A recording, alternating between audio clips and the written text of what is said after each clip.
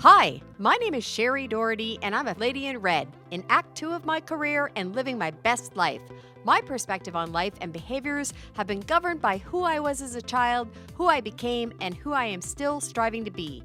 People my age are beautiful, bold, confident, and full of wisdom, and truly, the encore of the story of your life is still when the best songs are yet to be sung.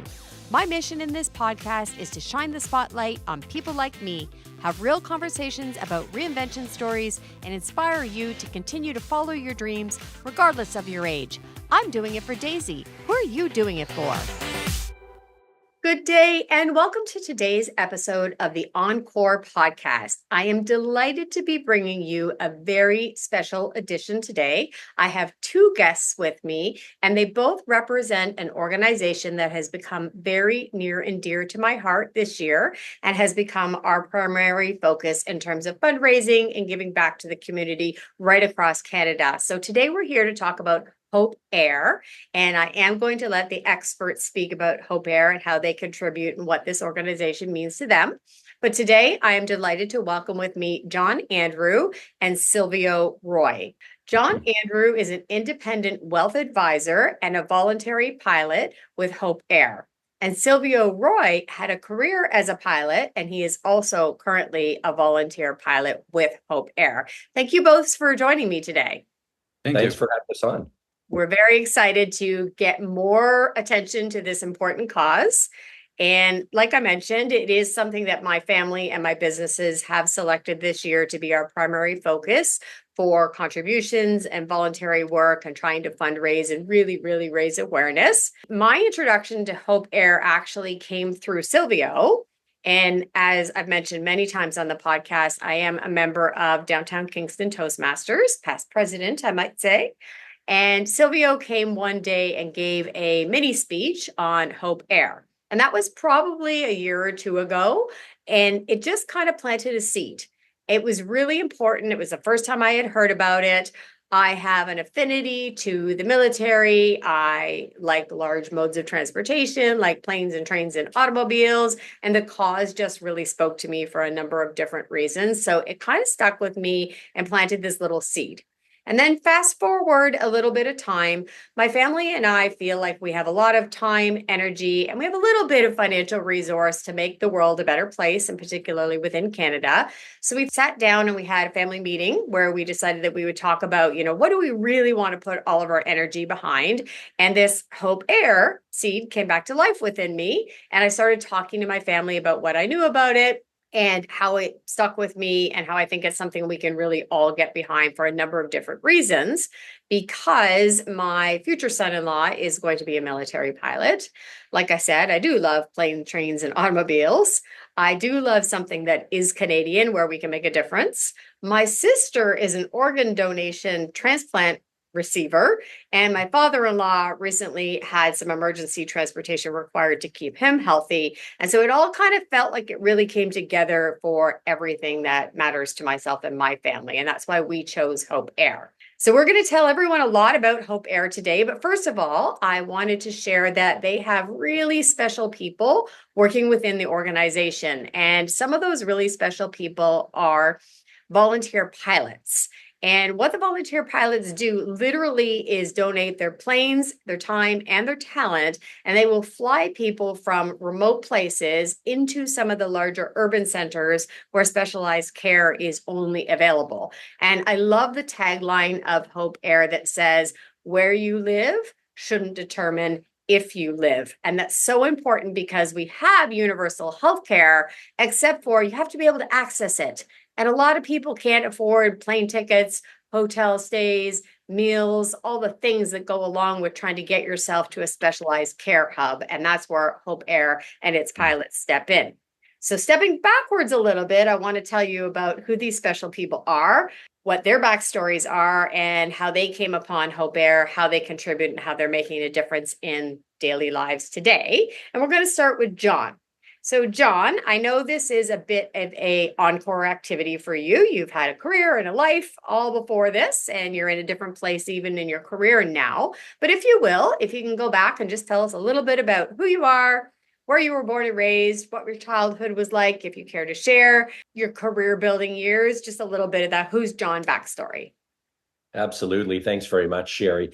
So I've had an incredibly fortunate life, and that's sort of the first piece of information as to why I do what I do, volunteering with Hope Air. I often say I kind of won the lottery with the parents that I was born into, with my sister and so on, and very loving, very supporting. So but it makes for not all that fascinating a story in terms of my childhood and my and my early upbringing. But I was actually born in Winnipeg, so my dad was in the life insurance industry.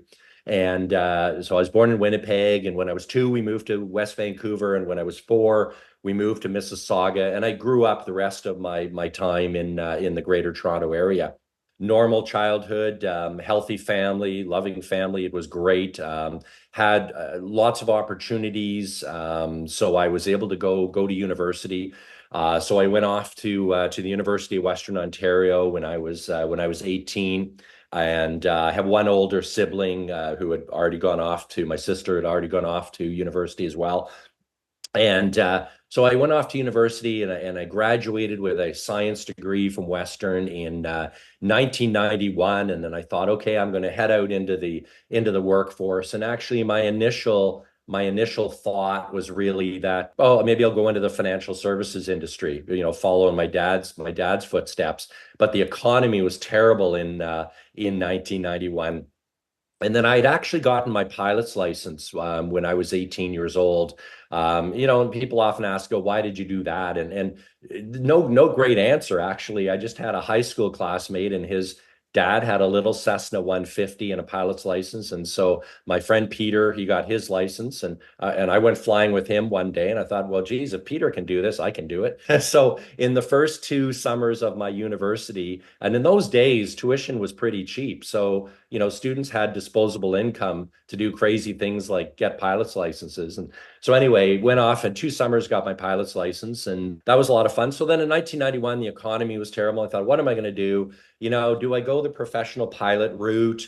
Do I try to get a job especially in the financial world? And nobody was hiring because we were just starting into a terrible recession.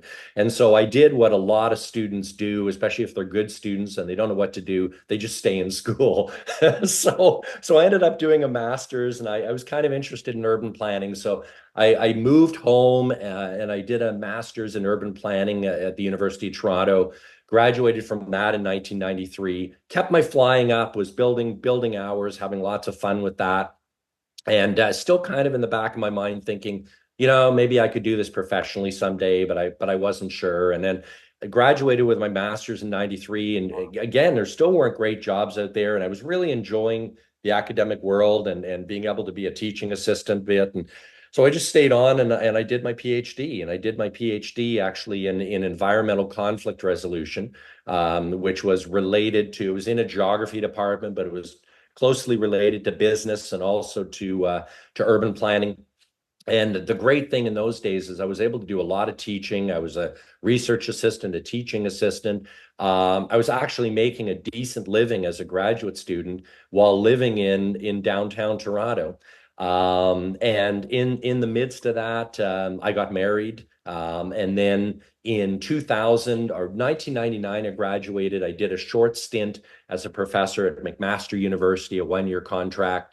And then I was traveling all over North America, interviewing for faculty positions all over the place, and ended up with a faculty position kind of in my own backyard at Queen's University. It was a dream come true. And so my then wife and I, we moved here to Kingston in 2000, and I started my professor position at Queen's University. And we started a family almost right away. My older son, Liam, was born in 2001. Then we had another child in 2005, my younger son, Harrison. And and just kept plugging away. And I retired from Queen's sort of COVID. I retired earlier. I was always going to retire early, but I retired a year or 2 earlier than I had originally intended because of COVID. It just, I guess, like a lot of people, it changed my thinking. I did not enjoy teaching online at all. We were still teaching online at the point at which I took early retirement. And I had been, again, another area in which I've been very fortunate, was always really, really interested in investing. And I learned a lot from my dad. And so I started investing when I was 16 years old. And so really by the time I was 55, I guess it was the proverbial Freedom 55, I sort of took stock of everything, no pun intended, and sat back and said, yeah, I actually really could retire right now. I would never have to work again at age 55. And so I did. So I walked away. And have had no regrets. I really, really enjoyed my career at Queen's. I got to do a lot of entrepreneurial things. I ran an executive seminar series in commercial real estate for the university that was quite successful, and I that kind of kept one foot in the business world, which I really, really enjoyed. But yeah, I haven't missed teaching at all. But what did happen was a year after I retired, my older son had already gone off to university. He's at UBC now in Vancouver, and then Harrison went off to Western, my one of my alma maters, and that happened just over a year ago. And then all of a sudden, I was just bored. There's only so much, so many Hope Air missions I can fly. There's only so much travel I can do, and I thought, yeah, I have to do something that's more engaging. I've always enjoyed learning. And so I started talking to everybody that would talk to me in the investment world and the financial services industry. And I did that, took about a year to decide, who I was going to work with and where and all of that. And I started taking the courses. I'm still doing courses, as a matter of fact. And so that's really enjoyable. And for the Hope Air flying, I started. So I didn't. I had my license in 1987, but I didn't buy my first plane until 10 years ago. And so once I had that and I had my instrument rating, I got to know Sylvio really well, and I knew that Sylvio had been doing Hope Air flying for a number of years, and so we sat down, and he told me all about it, and of course I immediately knew this is something that I have to do as well, and had the airplane, had the skill, and had the time. And certainly wanting to give back. I was very fortunate. My kids were and are healthy. I'm healthy. My mom lived to be 85, just passed away 2 years ago. My dad, unfortunately, died of skin cancer way back in 2000. But even there, they lived in Toronto, and they were able to access one of the best cancer centers at Sunnybrook Hospital that was literally a 5-minute drive away. And even then, it's such a difficult process to go through. And my mom had been a registered nurse for many years, and even back then we talked about this. We said, aren't we incredibly lucky that to have some of the country's very, very best healthcare literally in our backyard? And what would it be like if you lived in Northern Ontario or Northern British Columbia and couldn't access this level of healthcare? It would make an enormous difference. And we know it affects morbidity, mortality, quality of life during the treatment, people's ability to work and everything. So anyway, that's kind of my life story in a way, and why I really enjoy this being a volunteer pilot with Hope Air. That's excellent. And it sounds like Silvio is the common denominator. So he introduced us both to Hope Air. I know he is extremely passionate about it and obviously is an advocate for it. So, Silvio, would you like to tell us your story? Kind of the same thing, who you are, where you were born and raised, what your life was like, and what brought you to Hope Air after your journey and what you're doing today. Well, I hope my memory is good enough to be able to remember all of that.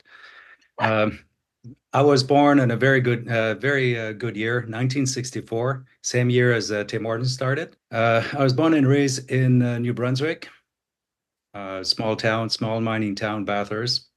New Brunswick's the only province that's officially bilingual. So my first language is actually French, but with my professional career, had to learn to speak English. So born and raised in New Brunswick, was always interested in aviation. I joined the air. My parents definitely were not well off. The only way I could get to go into flying was to join the Air Cadets, which I did. And through the Air Cadet, they have a flying scholarship. Managed to get awarded that flying scholarship, and by 17 years old, I had my private license. Now, I couldn't afford to continue flying on my own, so I managed to bug my friends and everything. So they would come and fly with me, and we would share the cost of the flying. From there, again, my parents could not afford me or my sister to go to university. The only way they could help a little bit, but I managed to get through RMC. So I got my bachelor degree through RMC. So I joined the military when I was 18, got electrical engineering with a focus in communications. So the first 10 years following that, I worked as a communication electronic engineer. I worked in National Defense Headquarters as a project director, designing satellite communication systems. And after that, I went to Winnipeg to earn a master's in aerospace systems. And after that, I went to Cold Lake, Alberta at the Primrose Lake Evaluation Range, which is where all the flight testing is done for the military Air Force. So it's a little bit like Edwards Air Force Base, but a Canadian version of it. When we were there, we tested a ground proximity warning system for the C-130 Hercules. They just finished testing the Tomahawk cruise missile, and we tested laser-guided missiles and stuff like that. So I worked there as an engineer for another couple of years. And then at the time in 96, military was short of pilots. When I first joined the military, just backtrack a little bit, when I first joined the military, I wanted to go out as pilot, but the trade was overloaded, so there was no opening. So that's why I went into engineering. I went from a job I loved to a job I liked, but I still enjoyed my work quite a bit, actually. So in 96, they were short of pilots. So they said the fastest way to be able to train a military pilot is you take somebody that's already trained as a military officer. So I raised my hand, and lo and behold, they took me. So I trained in Moose Jaw and Portage in Moose Jaw. So I got my military wings in 98, and from there went to Trenton and got qualified on the C-130 Hercules as tactical transport. So I did some flying pretty much all over the world. Ended up some nice places like Fiji and Iceland, but some other not so nice places like Haiti, Afghanistan, Iraq, Kuwait. So a little bit of everything. The last 5 years in military and the Air Force, I was search and rescue. And so doing search and rescue all over the country, mainly in Ontario and Quebec. And finished my career, I was chief training officer and also a squadron operation officer. So started as an engineer, retired from that, went military pilot, retired from that. And then I went to Air Canada for another 15 years. Wow. And retired from that in 2021. So I was flying the Airbus 320 there. And like John, I can't just go from go to nothing. So I had to get involved in other things. And I got involved into Rotary. And I got involved also, well, I was already involved with Hope Air. I've been involved with Hope Air since 2010. So going on 15 years now. Hope Air is one of those charities that I want to give back to the community. Unfortunately, things like soup kitchen and stuff like that, I can't. It's just my nature. I can't. I would be having nightmares about it and seeing that and experiencing that. So I'm able to use my skill as a pilot to be able to give back to community. And the reward I get out of it, obviously it's not financially, but the reward I get out of it is absolutely incredible. It's very emotional, as John will attest. It's very emotional and something you carry with you. The big thing about Hope Air is most of the flights are done commercially. About 90% of the flights, volunteer pilots like John and I, we fill about 10% of that. But we're a very important aspect of it because if you live far from urban area, chances are you're not going to have regular air service. So you'll need to travel to a town or a city that has air service to begin with. Right. So having private aircraft, you're able to reach smaller communities that needs that access. An example, Gore Bay, middle of Manitoulin Island. There's a client that we have there, a patient that we have there. The closest airport is Sudbury. That's over a 2-hour drive. Oh my And goodness. then their appointment was in Ottawa. So for her to be able to get there, and again, it's patients that are in financial needs. So for her to be able to get there is a 2.5 hour drive to get to Sudbury, take a flight from Sudbury to Toronto, and then another flight from Toronto to Ottawa. Oh So boy. you're talking about an 8 to 10 hour day at least. Also, I imagine all while they're not feeling their best, if they're in Exactly. some sort of need for treatment. You're Exactly. And whereas with us, with John or I, it's maybe an hour and a half right. of flying. Then we get right there to Ottawa and right there to Gore Bay where they live. That's fantastic. The other thing about Hope Air is that because we're a small portion, we also become sort of the face of Hope Air. Right. What I like to compare it to is like NASA. If you think about the space agency, NASA, first thing that comes to mind is astronauts. Well, astronauts, the main human space flight only accounts for about 15% of NASA's budget. Right. VPP, we only do about 10 to 15% of the flights, but we become the face of it. We put a human aspect to it. And Hope Air patients, when they deal with Hope Air, most of the time is done through computer or on the phone. So they can get their ticket and everything through the computer.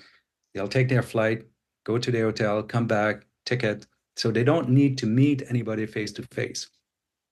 So with us, they have a face-to-face relationship. They get to fly in small airplane. They get to wear the headset, look around, ask questions. So we become an experience also. That's beautiful. One of the things that I wanted to add that I am very pleasantly surprised by was the number of partners that work with Hope Air. So I've been following along very closely and learning everything that I can. But I know that CAA just made a significant contribution. I know that many hotels actually donate their space as well. And I believe you just onboarded a partner with Uber Eats. So even the expense of getting food to your hotel room, if you can get there, is one less thing this patient has to worry about. And they just have to worry about getting healthy, which is amazing. So to kind of story tell, I wanted to ask you each, and I'll start with John. Can you share with us a story, of course, no names particularly, but a story of someone you've worked with for a transport and what that meant to them and what it meant to you? Oh gosh, I mean, every passenger, every patient that we fly is a story. And we're lucky enough to, as much as the patient wants to share, we're able to learn about their healthcare journey and the situation that they're in and so on. And I think I share this with Sylvio, but I really enjoy flying young children. They often, for them, it's their whole lives often have been focused on their healthcare in a very difficult situation. And yet often for them, this may be the first time they've ever been in any airplane, let alone a small airplane. And it's very often a joyous experience for them. And so that's part of the reward for us, is that we're not just getting them to healthcare quickly and comfortably and efficiently and so on. We're actually giving them a really nice experience. And it's amazing even how many adults, will ask to sit in the front seat beside me. And of course, I always say yes, and they're fully engaged. But, Sylvio and I both several times flew a patient from Sudbury, an infant, and his dad. And that happened just last year. So it's a fairly recent memory. And this man was in very, very difficult economic circumstances. And because he was the sole caregiver of his son, he really couldn't work. And these trips to Toronto to get healthcare were, extremely onerous. So you mentioned the hotel, the accommodation and the meals and the ground transportation. That's critically important because very often, yeah, like obviously the financial need has to be there. And it's not hard to imagine that somebody couldn't afford an airline ticket from Sudbury to Toronto, for example, let alone sometimes a bus ticket, and that might be an 8 hour, 10 hour trip door to door. But, in this case, it came to light that this gentleman couldn't afford, he didn't own a car and he couldn't afford the taxi to get from home to the airport. Yeah, that's the little fellow Sylvia right is showing there. us a photo, which is breaking Yeah, my heart. Although we're not and doing video, it's breaking my heart, and I imagine our listeners would as well. yeah, I mean, and Silvio touched on the emotional aspect of it, and we try to, we're professionals, so we try to maintain that distance too, because we have to do our jobs. But sometimes after you drop the patient off and you've heard this story, I mean, I've sat in my airplane and cried for a couple of minutes before I could leave again, before I could take off. Sometimes it's longer than that. Just because it's, your heart goes out to some of these patients. And in this particular young fellow and his dad, who was doing absolutely everything that he could for his son, and despite very, very limited financial needs, we ended up getting involved in some of the other aspects. In one case, the legal aspects of his situation as well, as best we could, because we had the ability to make a phone call or two and do our best to try to help this fellow out in this situation. And so, yeah, it's really difficult because some people just don't get many breaks in life and have a difficult situation. And the good thing about this young patient's care is that he will be 100%. In his treatment. It will be completely effective. And it happened, it's a real success story. And it happened early in his life, and his condition was such that he'll be completely fine and will go on and have a healthy life. So, and I can tell you with 100% certainty that in that situation, if Hope Air wasn't there, that child would not have received treatment, because he had to go to Sick Kids in Toronto to get it, and it simply would not have happened. And I don't even know what his outcome would have been if Hope Air had not been there. And they're not all that dramatic, our stories, but we've had lots of them where we know that, Silvio mentioned that the 30% of patients that wouldn't even get treatment. And we've seen that firsthand. Wow. I know that anytime I've spent time on the website or on the social media, I can just scroll and read the stories, and that can absolutely move you to tears. But I wanted to take that to move me to doing something about it. So thank you for sharing that. Sylvia, what about you? Do you have a story that is memorable for you and continues to drive you to do what you do? Well, definitely that story that John told, that's also affecting me because we were both working with that patient and we Right. flew that little one a few times. Uh, you mentioned that you went to the website. The first person you see there with the headdress, we both also flew that person a number of times. Absolutely lovely, lovely lady. The story I'll tell you, though, is a young woman from Sault Ste. Marie. She had treatment to go to treatment to London. For her, the ride would have been about 8.5, 9 hour drive. She didn't have a car. She had to borrow her mother's cell phone, so definitely in financial need. And it was also her first time in a small airplane. Like I said, for me, it was about a 2.5 hour flight, so easy flight. About half an hour, and she was very quiet in the back. I was flying with Laurie, my wife, and she was being very quiet in the back. Every once in a while, you could hear her with her cell phone taking a few pictures, and that's about it. About a half an hour before landing, talking with her, how she felt, if she was feeling comfortable, everything was fine. And then I said, okay, we're going to be landing in about half an hour. Can you make sure you've got your seatbelt on and get ready for the landing? And very quietly, soft spokenly on the headset, she says, I'm sorry, but I don't know if I should say this, but this has been the best day of my life. I don't want this flight to end. That's that's a type of impact that Hope Air can have. Right. And the volunteer pilot portion of Hope Air has on people. Not only do we bring them to their medical appointment or back home from it, for the few hours they're flying with us, basically they're not sick. Their sickness, their illness stays on the ground. And while they're flying with us, they have a break from it. And that's one of the beautiful gift that we're able to provide. That is beautiful. And now we're all crying, but Yeah, it does exactly. bring home Sorry. the point. Absolutely. Absolutely. So what can we do to help? So what can we do? What can my listeners do? How do we get the word out there? How do we raise funds and awareness? What's the best way to contribute and make a difference with Hope Air? The best way to do it is to have a look at the website, hopeair.ca, simply hopeair.ca, HOPEAIR.ca. And on that website, there's a little tag on top of it, a little button. You click on it and you can donate. And you can also volunteer. There's lots of places you can volunteer and help out and stuff like that. Wonderful. And this team right here, so John Sylvio and I have decided that we are going to be the local Eastern Ontario fundraising committee. We've self-appointed ourselves.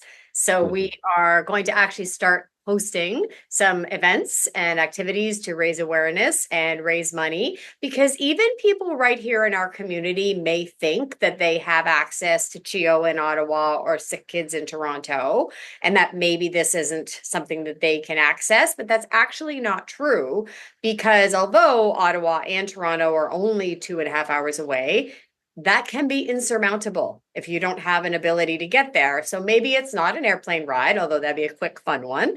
But, there are applications and there is partnerships and there is other modes of transportation. Maybe we could get you a bus ticket. Maybe we could get you a hotel stay. Maybe we can help with the food while you're there. This is local and national. And that's one of the reasons that I particularly love it. So we're just doing this because, number one, both John and Sylvio are doing amazing things to contribute to our community and to our nation in their Encore seasons. So I am really proud and honored to have gotten to know them both, which is wonderful. And number two, there is such an incredible need for this. If you are blessed and you are fortunate and you have access for many reasons, be thankful. If you don't, there are ways to get help, because again, we want to make sure that you can get access to the wonderful healthcare we have available in Canada. And I did want to ask kind of any closing thoughts that you might have from both of you about, your journey, your evolution, things you want to leave people with. Just a little closing thought for yourself and for my listeners. We'll go with John first. Yeah, well, first of all, we really appreciate your support, and it's going to make a big difference for Hope Air. I wanted to add as well, it's not only is Hope Air a unique charity, it's the only registered charity in Canada doing this, but it's also incredibly efficient. So approximately 80% of the funds that are raised go directly to supporting patient travel. And if you look at a lot of charities, there are huge administrative costs and so on. And Hope Air, you only have to walk into the Hope Air office in Toronto and realize it's a very lean organization. And the people that work there, both as volunteers and as employees, extremely dedicated, and very little of the donation, less than 20%, actually goes to running the organization, and that's pretty amazing. That is amazing. Thank you for sharing that. That's an important statistic. Sylvio? Yes, as you mentioned, it's national, but it's also local. One of the patient, actually the patient that's the poster child as you go into the website, that woman used to live in Hearst, and that's why she needed Hope Air. And then she moved to Kingston. While she was in Kingston, she still used Hope Air, okay, because she had to have appointment basically weekly basis in Toronto. Okay. So she still used Hope Air. So Great. it's also local. Statistically speaking, like John said, extremely efficient. About 80% of the money go directly to helping the patients. Even though it's a national charity, there's only about 7 full-time employees on this. That's it. That's amazing. It's incredible. And Absolutely. the demand for this increases so much too. So in 2023, Hope Air served 560 different communities, 2,950 patients, and almost 25,000 travel arrangements were made. 1 year since, so we've got what, 6 weeks left of 2024. It's going to be close to 40,000 travel arrangements. So Wow. every year, it's the demand and the service is pretty much doubling every single year, and it's absolutely phenomenal. How what Hope Air is able to do and how many patients it's able to serve.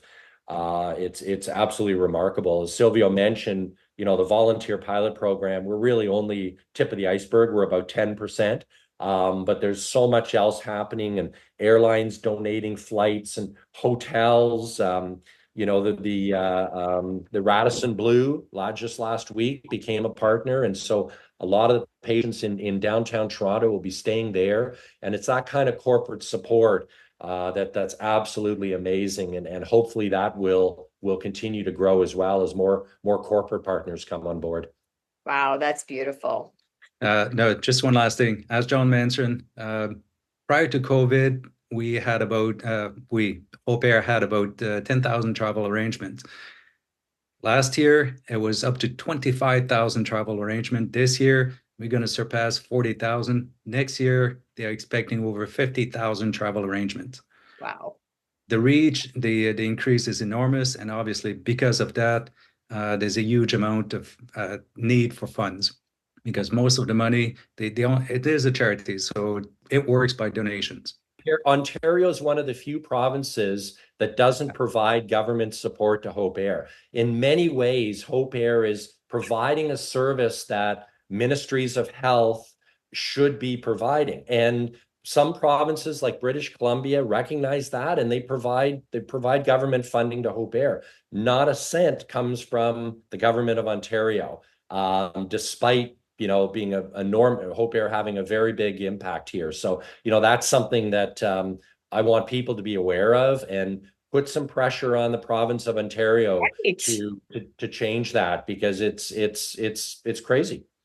Well, again, we're not on video, but I was making the little head explode motion because I can't believe this isn't provincially funded. However, we will all lobby our local politicians. And in the meantime, it's probably quicker to make change yourself than to change government policy. So if you can make a donation, if you want to get involved, if you'd like to join our little fundraising committee, please visit hopeair.ca. You can also reach out to myself, John, or Sylvio directly. As you can tell, we're very passionate about this because we could talk about it all morning, but we are proud to be involved in this, and we do hope that we can make a difference in the lives of others. I will just leave you again with that tagline: where you live shouldn't determine if you live. Thank you to everyone for listening along today. Please share this episode with someone who may be interested, and have a great day.